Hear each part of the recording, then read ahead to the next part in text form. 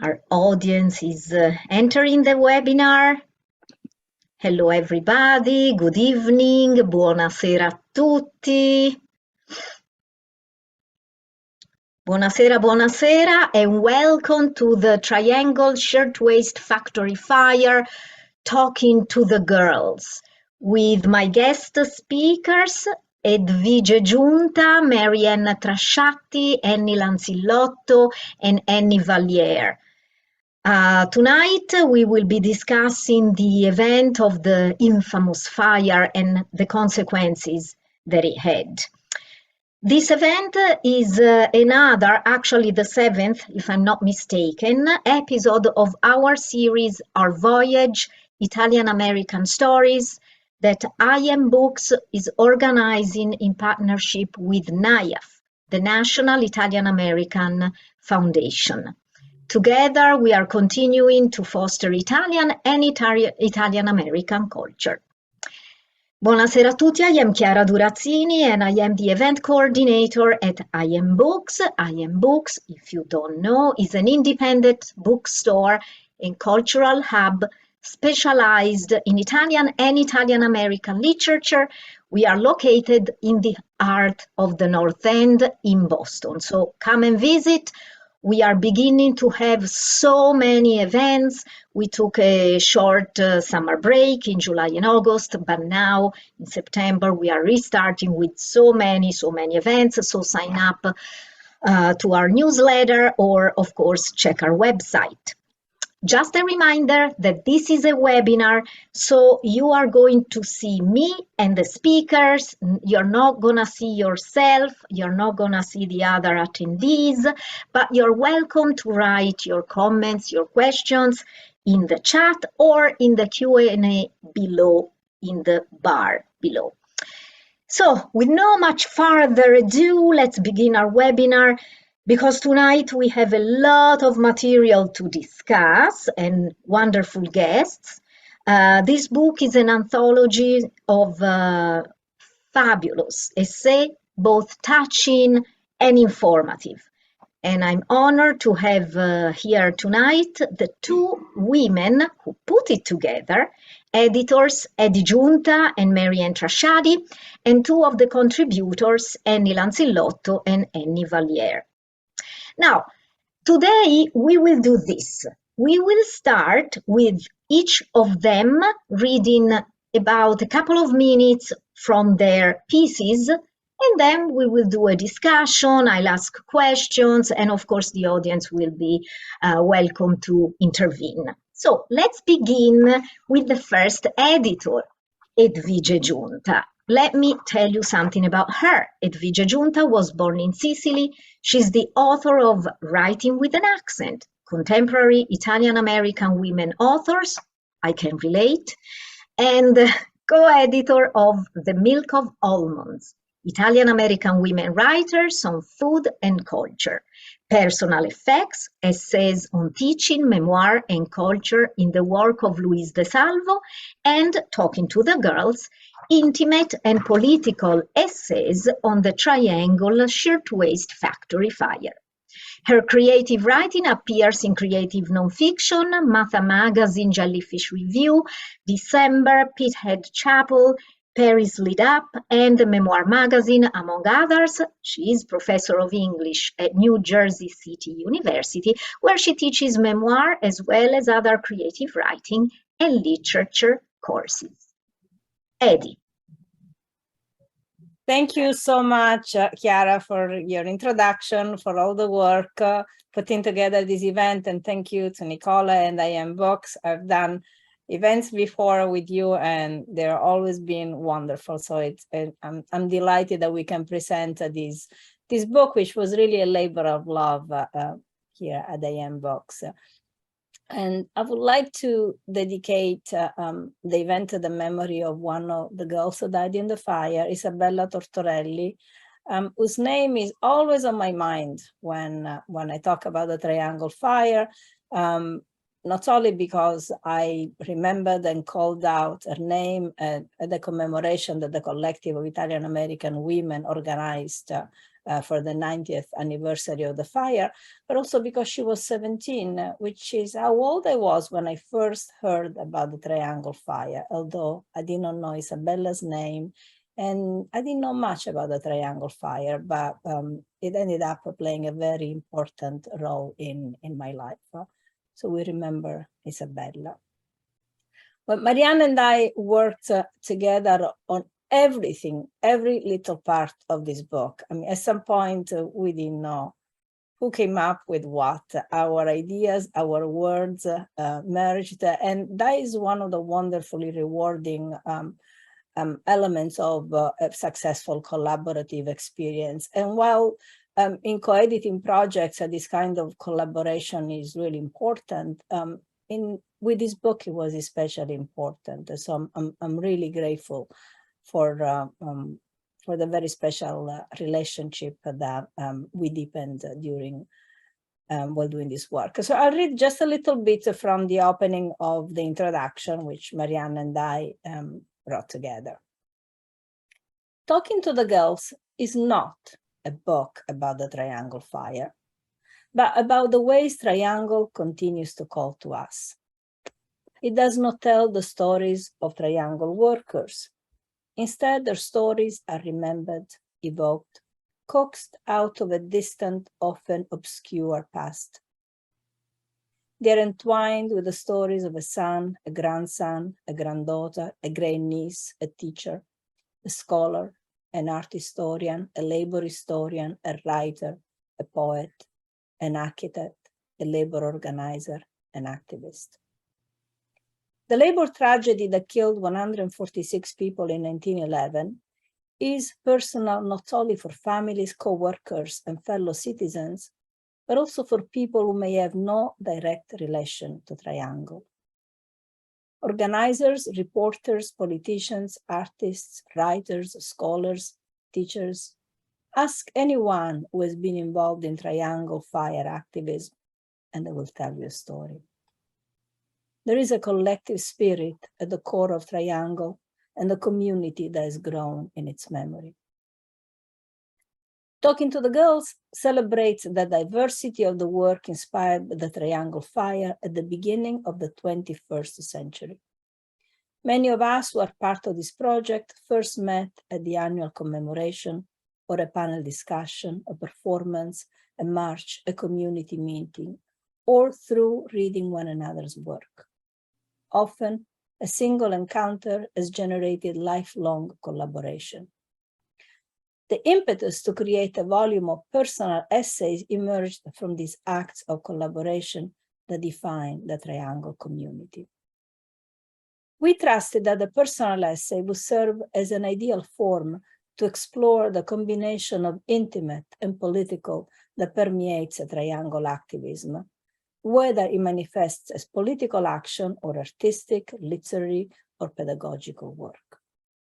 That only a handful of personal narratives on the Triangle Fire had appeared in print strengthened our belief that the personal essay was the necessary form for our book. If, to use Vivian Gornick's distinction, the Triangle Fire is the situation our authors have in common, we ask them to distill, uncover, and tell us the Triangle Fire stories. They bring to the page the Triangle experiences, which are rooted in a wide range of contexts: the family, the union, the classroom, the archive, the place of origin. The essays coalesce around memoristic moments where commitment to Triangle activism and personal story intersect. These are moments of great insight for the authors, and we hope for readers as they illustrate how history is not indifferent to our actions. Thank you. Thank you, Eddie. Thank you so much. Now let's go to the other editor of the book, Marianne Trasciatti. Marianne is professor of rhetoric and director of labor studies at Hofstra University.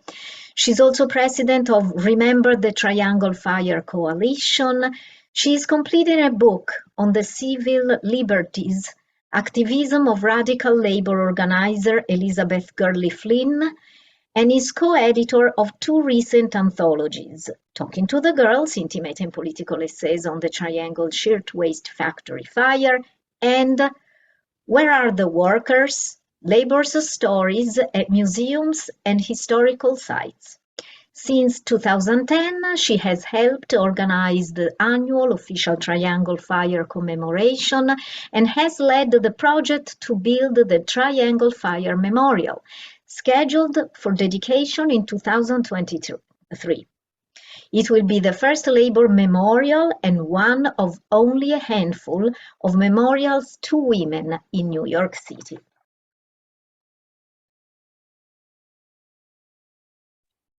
Thank you, Chiara, and to IM Books. It's good to be in New York and Boston at the same time. That's quite a feat.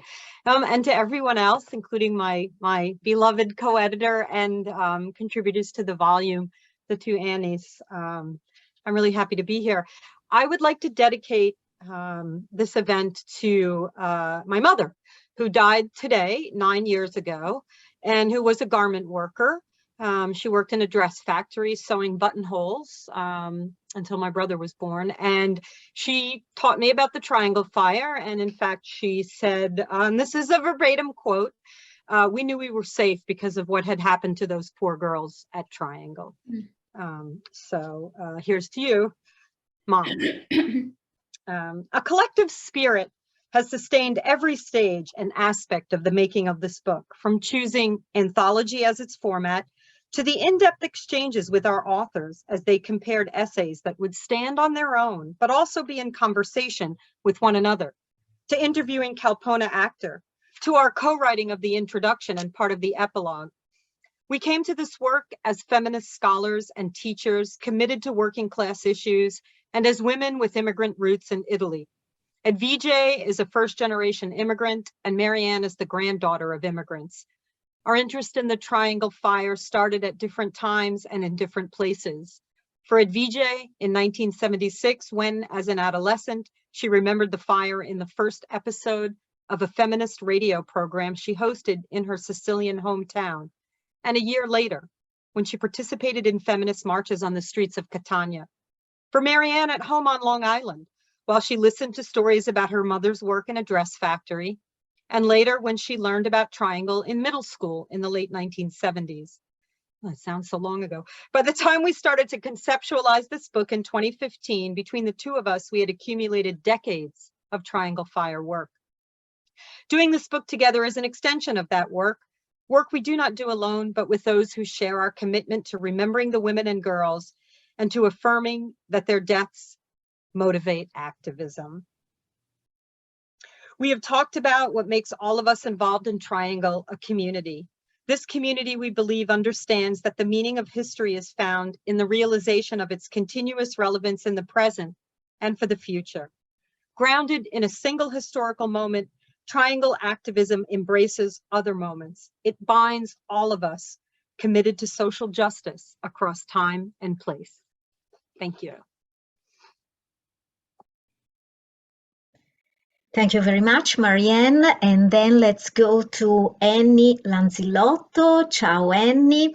She's an author, poet, performance artist, actor, director, songwriter, and activist who has promoted audience participation in hundreds of performances everywhere, from the Arthur Avenue Retail Market to the Guggenheim Museum.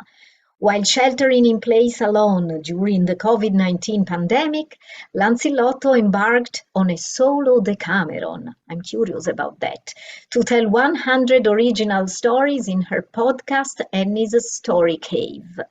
Lanzillotto's books include Hard Candy, Caregiving, Mourning, and Stage Light, Peach Roll Yaw, 2016, Alice for Lion, an Italian Bronx Butch Freedom Memoir, 2013, a finalist for the Lambda Literary Award, and Schist Song. Lanzillotto was on the founding board of the Remember the Triangle Fire Coalition, and his new book, What Do You Call the Wind?, is available for pre-order on our website, I Am Books, and I will try to put the link in that. And you will be able to hear Annie read from this new book on November 3rd on an online event with guest Marianne Leone. So don't miss that on November 3rd. Ciao Annie, buonasera. Grazie, Chiara. Yeah, I Am Books is fantastic. There's very few places to call home as an artist, as a writer, and Edvige's made many places, and I Am Books is one of those places, so thank you. I dedicate tonight to Daisy Lopez Fitzy, who was the only triangle worker from Jamaica, and I knew her great niece, Diane Fortuna, who was a founding member of Remember the Triangle Fire Coalition. And Diane Fortuna was a very accomplished writer and professor who did a research with primary materials in Jamaica and in New York to find the real history of Daisy's young life. Daisy was one of the workers who jumped from the 9th floor when the fire broke out. And she held hands with her friend, whose last name is Ostrovsky. I forget her first name of the friend. Is it Helen, maybe? And they survived. And they were brought to St. Vincent's Hospital, and Daisy was able to talk to a priest on her deathbed. And she survived for 2 days. And she told the priest about how she had tried to help usher women workers, men too, out of the building, instead of just running out herself. In the chaos and melee of the fire and smoke, she tried to whisk workers frantically, who were frantic, towards what were or weren't escape routes. You know, nobody knew. So first, I'm going to read to you the first 2 sentences of my essay. This is the book. My map of Sicily is wounded. Red pox mark the towns where triangle workers were born. And now marble plaques and street signs bear their names. This map I could fold neatly and tuck back into my tote bag. But the lives the map marks, I can never contain neatly inside. My map is a topography of loss and a songline of salient effort. It folds accordion style into a rectangle with a lacquered cover, but once open presents the skin of the terrain where 24 seamstresses and 1 elevator operator were born. How close to one another, the contour of the earth around them, the earth that didn't hold up beneath them. I made a drawing of my map so that on the computer you could see it. And this is my map of Sicily with the girls' names of the towns they were born in and the 1 elevator operator and where he was born. And, you know, the thing about Triangle for me is, as an artist, as a poet, performance artist, writer, and daughter of immigrant seamstresses, granddaughter, it's my vulnerability as an artist and as someone who experienced childhood trauma, teenage cancer, domestic violence, intergenerational poverty. It's those perceived vulnerabilities that drew me to relate to Triangle. And as I write a little later in the essay, There's something about a perceived link of vulnerabilities that connects me to Triangle. I am not a factory worker, nor am I an immigrant, but I relate to these girls. The history of New York as a home became alive for me in new ways when I began to work with the Triangle Fire Coalition. I'll leave it right there for now. And thanks to everyone who's here for this hour. I really appreciate everybody's presence. Thank you. Thank you so much, Annie. And now let's go to the other Annie Schneiderman Valliere. Native of Washington, D.C., is a Maine-based retired social worker and a great niece of Rose Schneiderman. She has spent more than a decade researching and writing a biography of Rose. Annie was awarded the Eichelberger-Leinzer, my pronunciation, grant from the Franklin D. Roosevelt Presidential Library in Hyde Park, New York. She has traveled from Maine to Washington, including a visit to the Roosevelt House in New York, to deliver captivating talks on Rose. Annie gave presentations about Rose at the conference Francis Perkins and the Progressive and New Deal Eras, and is part of the 2019 Maine Suffrage Centennial.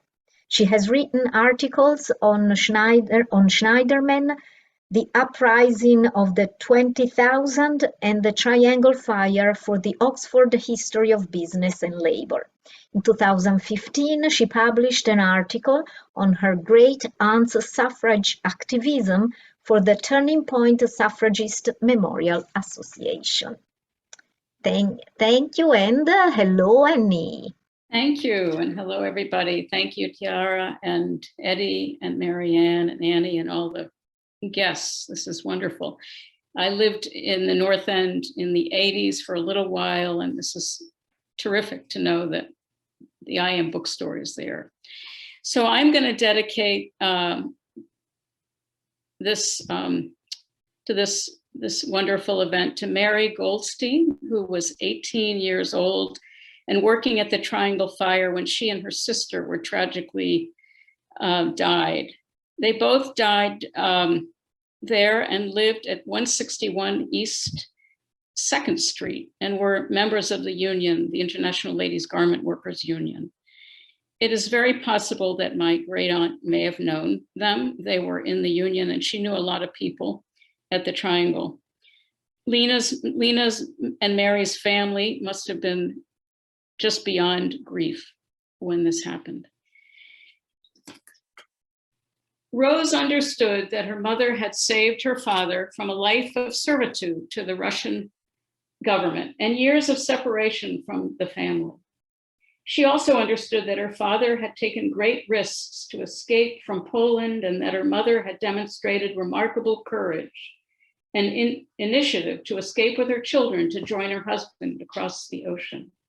She embraced her parents' resolve and built upon it tenfold. Living her life in the pursuit of liberty, she became Rose Schneiderman, heroine of the labor movement. With her famous speech after the Triangle Fire, the tiny, red-headed Jewish immigrant inspired the audience at the Metropolitan Opera House and the community at large. She remains an important figure in the international labor movement. But for a long time, however, I knew nothing about Rose's landmark work in labor or her contribution to the suffrage movement and her activism in human rights movements. I didn't even know about her speech at the Metropolitan Opera House. I was a little girl and she was my beloved Aunt Rose. Only after her death did I begin to ask questions about her. In 1991, I started to research her life. Eventually, my dedication to Aunt Rose led me to share her story with others. The knowledge and understanding of Rose as a labor activist that I acquired later in my life has reframed my memories of my aunt so that when I return to those child memories where I find Aunt Rose, the historical figure enters the room as well. The day after the Triangle Fire, Rose and a group of New York Women's Trade Union League members pounded the pavement on the Lower East Side, looking for the survivors, the wounded, and the family members of the dead. Leon Stein quotes Rose, We went into the East Side to look for our people.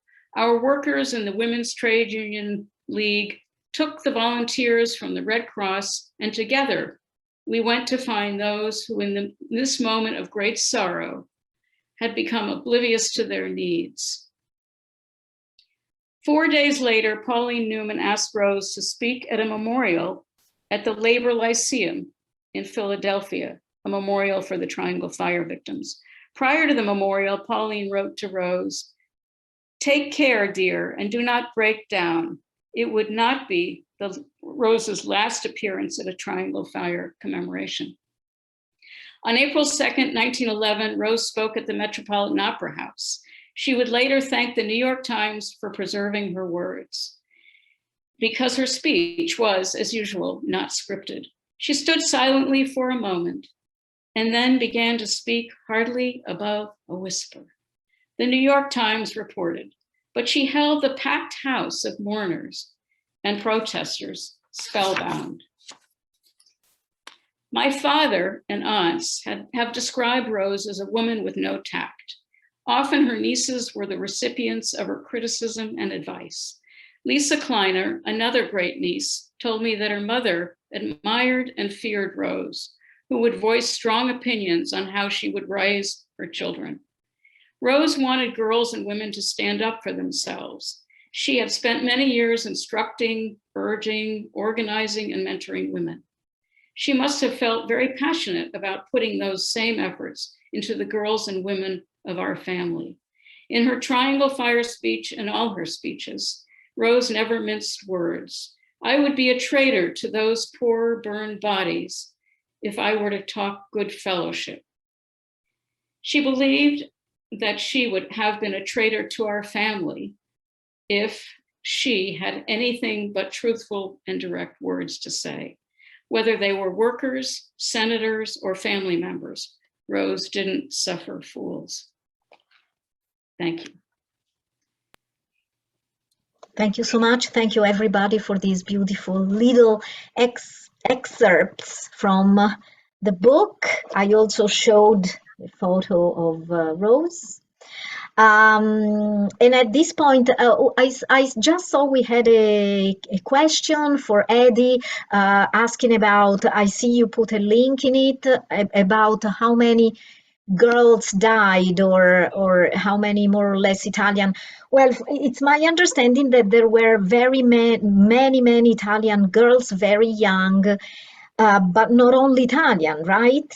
Eddie or maybe Marianne, a lot of Jewish girls from, as far as Yes, most of the workers were Eastern European Jewish women and girls, and mostly Southern Italian women and girls. And at the end of the introduction, Marianne and I, and we talked at length about this, we decided that we wanted to list the name of the girls. There were 65 teenagers, I believe. And obviously the people who died in the fire, there were some older women, there were some men, but the presence of so many girls, it's really so overwhelming. And especially as a teacher, when I teach the Triangle Fire, I teach at the college level, and these girls were younger than my students. About less than 1/3 of the dead were Italian. But it's interesting, if you actually, since we're talking about Italy, to look at the trajectory and the evolution of the memory of Triangle in Italian history. In the 1970s, mid-1970s, when I first heard about the Triangle Fire was not a subject of study in Italian history. Well, Italian immigration was not really studied, except perhaps as a kind of sociological phenomenon. There was very little interest in the stories or the agency of the immigrants. I was 17 and I was becoming interested in feminism, and I really don't remember where I heard about this fire that occurred in New York City at the beginning of the 20th century, and many women had died. It was part of the feminist movement. It was connected with March 8th. In fact, for the longest time, it was believed that the fire in Italy, that the fire occurred in March 8th, but there was no single source that I could go to. What I know is that in the notebook where I wrote my scripts for this feminist program, was called Sfruttata con onore, honorably exploited, from an adaptation from a title of Italian feminist writer Maria Rosa Cutruffelli, Disoccupata con onore. I talked about this fire. And it really makes you think about how history is remembered, particularly the history of women and girls. It entered my consciousness almost as a rumor, as something whispered and passed on.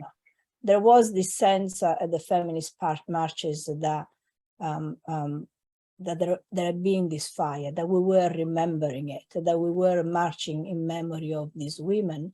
And we didn't know who they were. We didn't know that there were many Italian, there were many who were Sicilian. And so I think in many ways, what we wanted to do with this book, and we were very fortunate to find phenomenal contributors and collaborators, we wanted to look for the place where history and story meet. And story is not secondary. It's not, things don't evolve into history. Story is what carries the heart of what needs to be remembered. And ultimately, we feel that the book captured that. And so how did you and Marianne choose the contributors? Marianne, maybe? Yes. Well, that was kind of an odyssey. Some of the people just naturally, we just, had to have them. Annie Lanzillotto, for example, was someone we just both thought, okay, Annie's got to be in the book. And then there were some people who we discovered we really wanted family members of Triangle workers. And then we started thinking, well, what about other people who are really historical people who are really important to the story, but didn't work at Triangle, but it would be a different story without them.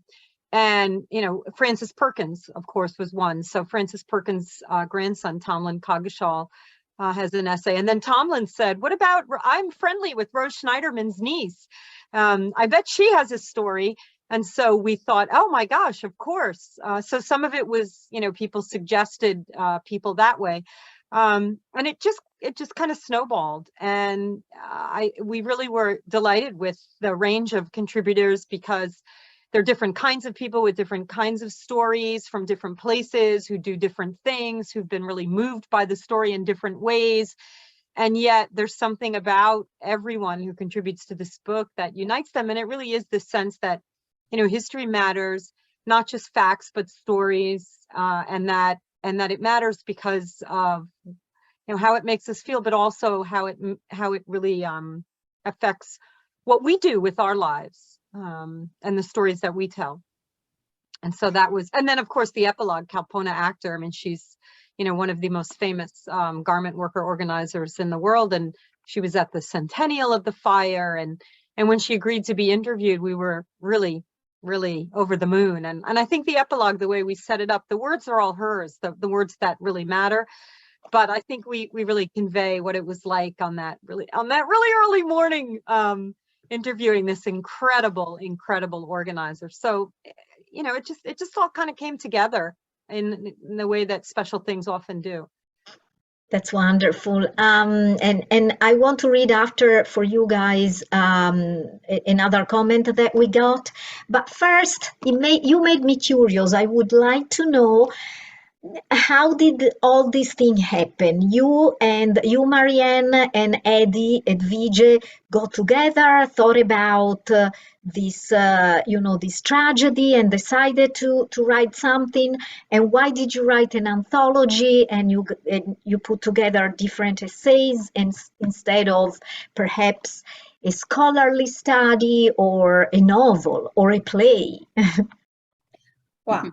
Marianne and I had known each other for many years, and we were both in the collective of Italian American women, this group that then its permutation became Maria, but it was one way in which as Italian American women we had come together, and we did many events a Casa Italiana Zerilli Marimo at NYU.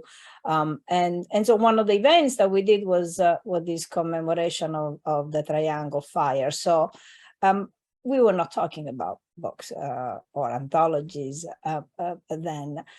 I knew personally that I always wanted to do something with Marianne. I wanted, to get to know this person and work her. I liked her. We had briefly socialized, but we never had the opportunity to really work together. And I think, both we were just doing our own separate work on Triangle, but then we came together to organize a couple of panels. I think it was 2014 maybe, or 15. And it was a very organic confluence of things. And I want to say something, because this is my acknowledgement of how badly I wanted to work with Marianne. I have edited several anthologies, and I love doing anthologies. And that's why I wanted to do an anthology on the Triangle Fire. I think anthologies are tools for community building. Anthologies bring people together with a shared commitment to something, and then people speak with one voice, and then it's just really making people pay attention. There is something also about naming it that gives it recognition and visibility, but they're also incredibly labor intensive, and that they ask a lot of you. And I swore no more editing. And I don't think I would have done an anthology with anybody else other than Marianne Trasciatti, because I knew that this was going to be a really special experience of intellectual growth for me. We come from different places, but that we would be nourishing each other and we'll be doing something that had not been done before. Considering we're an incredibly collective event, a Triangle is, I still don't understand how no one decided to do an anthology before we did, but we did. Well, we are very happy that you did. Okay, now let me ask the two Annies something about their own essays. Can you, maybe Lanzillotto, you want to start first? Tell us something about your piece in the book. Well, the piece, I started by writing about what it was like to be without a place to live in New York City in the wave of gentrification. I lost my apartment in 2007, and that's when I heard about this brilliant project called Chalk that Ruth Sergel is the artist behind and the founder of Remember the Triangle Fire Coalition. And Chalk is where on March 25th every year, activists, volunteers, students sign up, and Ruth gives you the name and address of 3, usually, Triangle factory workers who died. And then your task is to go find these addresses in New York City and chalk outside the building on the sidewalk to get down on the sidewalk, maybe sweep it, clean it if it's filthy, and take a piece of chalk and write the name, the age. So that one of the first names I did was Rosie Grasso, who was 16. And the act of being down on the sidewalk in Manhattan, for me, looking for these apartments when I had lost my apartment, really changed my life and the way I saw New York. And of course, there was a lot of erasure. Many of the buildings are no longer there. Many are in the village, but many aren't.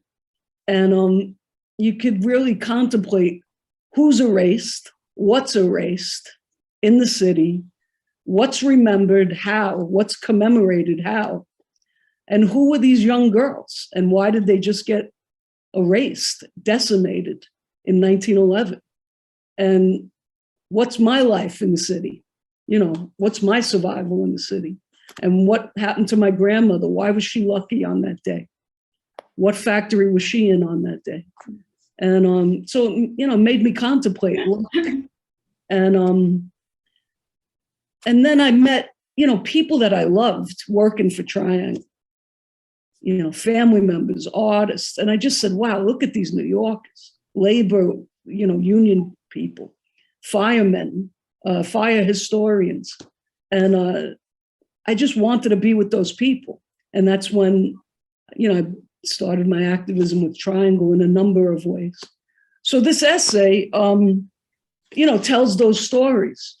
And then when I went to Italy on a book tour, you know, I wasn't thinking about Triangle, but then boom, all of a sudden I'm traveling to these towns where the girls were born. So I knew where they died. I knew where they lived in New York as teenagers. And now I was seized in Sicily to go find where they were born. And it took me by surprise. And I think everyone will attest that in some way, Triangle is always there calling. It's an ancestral call. And but I think of them more as my daughters than my ancestors because of their ages. Like I said, Rosie Grasso was 16. And she was from Cerame, this hill town in Sicily. And to just, you know, think of her journey, you know, the hopes and dreams of coming to New York and, you know, what was going on in Sicily after the unification of Italy, what her life might have been like, which is a history of starvation and suffering. Otherwise they weren't coming. What were they coming to New York for? To eat, to work, and to send money home to make other people survive.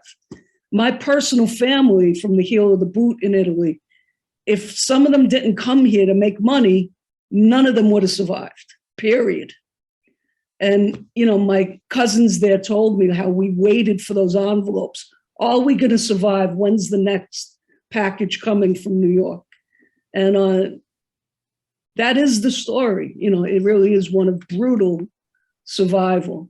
And to think that these girls, you know, came to survive and then they got locked in, and the injustice of that with no way out, locked in with, you know, what a nightmare.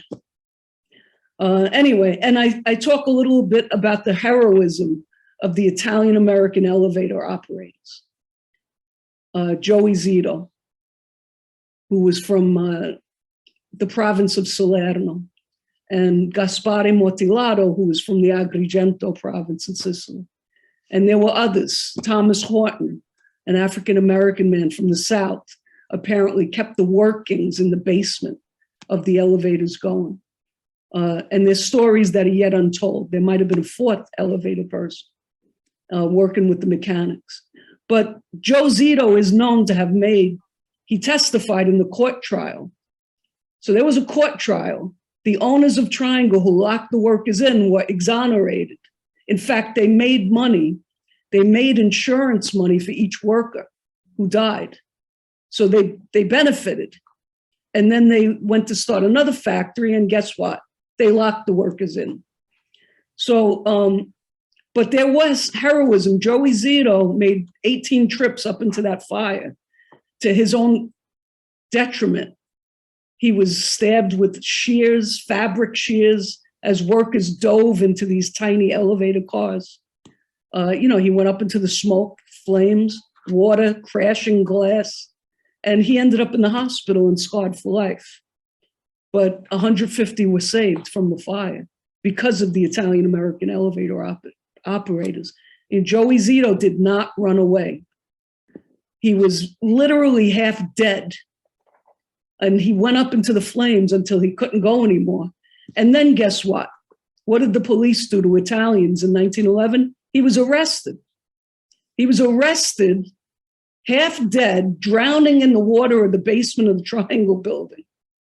And they arrested him. And it took the DA to come down to the scene and find out what was going on and said, wait a second, he's a hero. Bring him to the hospital. What are you arresting him for? So anyway, there's a lot of stories to tell. Let me pass the ball to Annie Valliere. Okay, thank you. Well, I think that my essay came out of some of my work for my book, and my desire really to share about different sides of Rose. And originally my title was something like The Rose Schneiderman I Knew.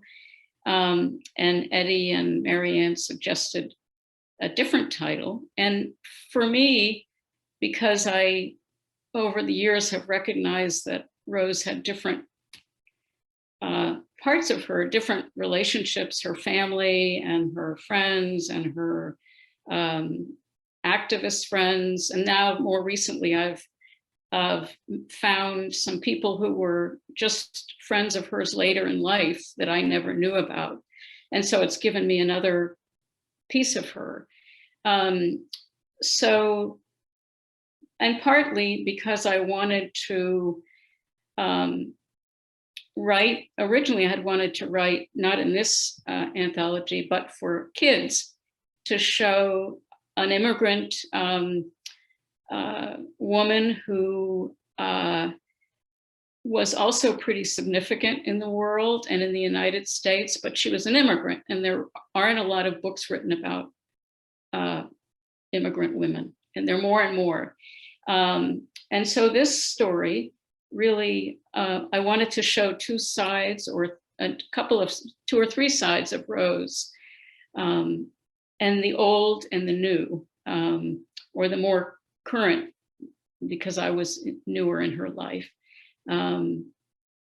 So teaching people a little bit about different parts, and all, not all fabulous and wonderful and heroic, but human. So. Thank you both, Annie. Let's take a look at this question by Wendy. I was 23 and living in Italy then when I first heard of the Triangle Shirtwaist Factory Fire, and yet I was American and had a graduate degree. Do you know anything about the movement to introduce it into public school curricula here in the States or in Italy? Maybe Eddie, you might know about this, or Annie, Valliere?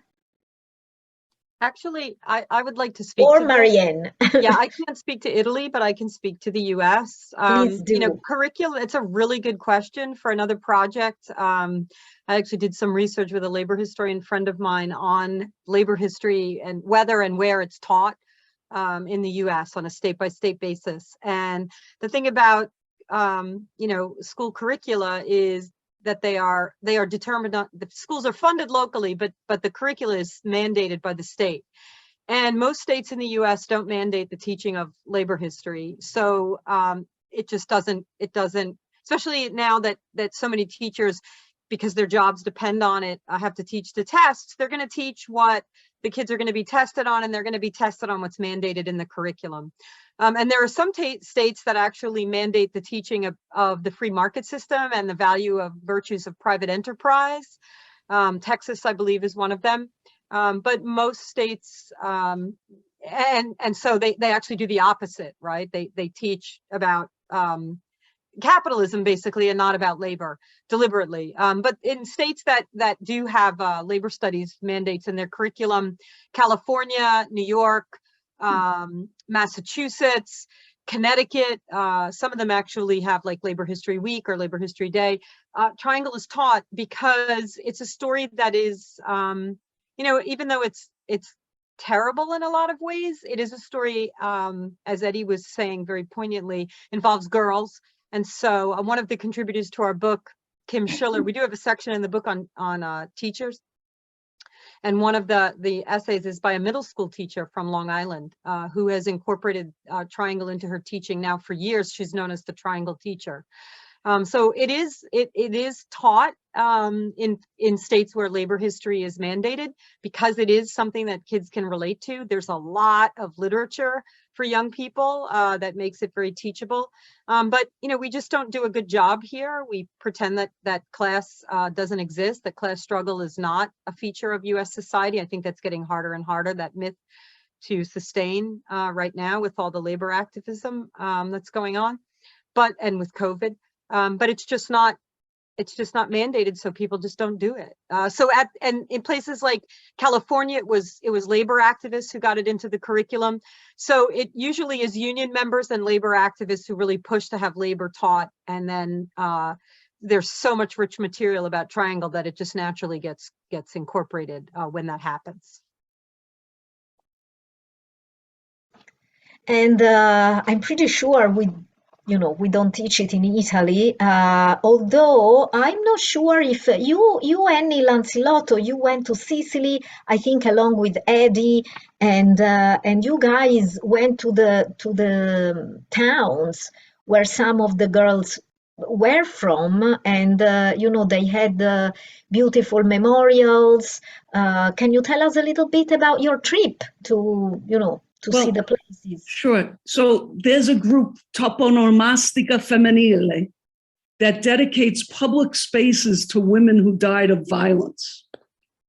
So there's many markers, marble plaques, streets and piazzas named, spaces of contemplation, fountains, for women who died of many kinds of violence, domestic violence, workplace violence. Esther Rizzo wrote a book, Camicetta Bianca, and she does the activism, primary activism with Toponomastica Femminile, to call the mayors of all these towns in Italy and to say, this girl was born in your town, she needs, a street named after her. And Esther's done amazing getting it all done. So in Licata in Sicily, there's a plaque to Clotilda Terranova. And if I could pull up the quote on the plaque, I'll read it to you because it speaks to all the workers who died, all the immigrant workers who died, and like Edvige said, these were girls, immigrant girls. So on the plaque, it says, this is the English translation. They left their land with little money in their pockets, but a suitcase full of hopes and dreams. This space is dedicated to them and to all the women who have fought with tenacity to better the world, because memory is a warning to the present. And Marianne could speak that, to the effort to mark the place in Manhattan that has only been marked in a small way up till now. But in these towns in Italy, you can't walk by without knowing something happened here. A woman lost her life, and Marianne could, speak to what's the efforts in Manhattan. Thank you. Yeah, that is beautiful. Last but not least, I'm curious about the title, Talking to the Girls, and then the subtitle, Intimate and Political Essays on the Triangle Shirtwaist Factory Fire.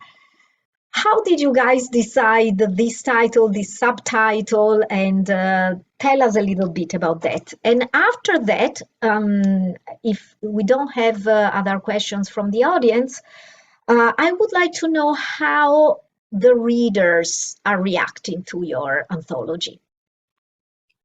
Well, it was always, the title was always Talking to the Girls, Intimate and Political Essays on the Triangle Shirtwaist Factory Fire. So it is as if the title was born before the book could help the book manifest itself.